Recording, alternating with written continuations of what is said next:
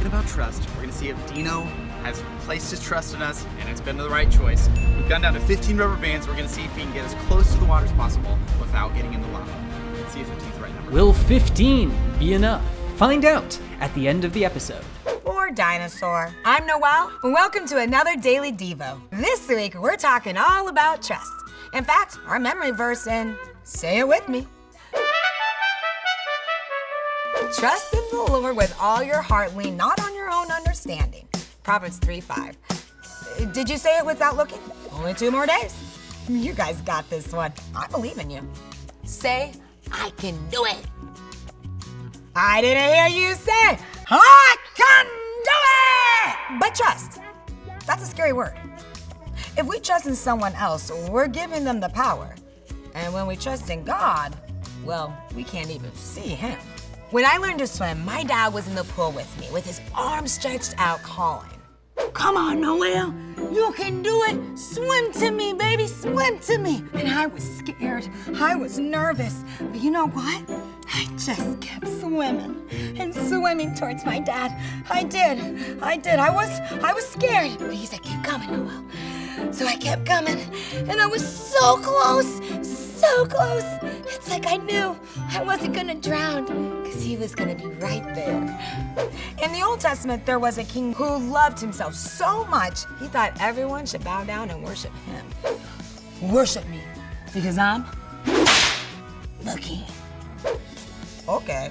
But 3 guys, Shadrach, Meshach, and Abednego. Also what I say when I sneeze. They loved God so much and knew it was wrong to worship King, and they bravely trusted that God would protect them. Ooh, King got so mad that he ordered his furnace to be turned up and the guys thrown inside of it. Come on now. But they still trusted God. They trusted that God would keep them safe. And just like me swimming into my dad's arms, but they showed up at the furnace, and God hadn't saved them yet.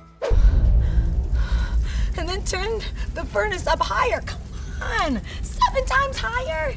And God hadn't saved them yet. Okay, anytime, God, anytime.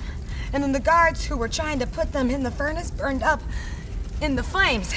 And God hadn't saved them yet. Woo, okay. But then they kept on trusting God. Woo, God, they are trusting. And then they were actually thrown into the furnace. Can somebody cool me down? Woo, it's hot. Okay. Okay, they're in the furnace.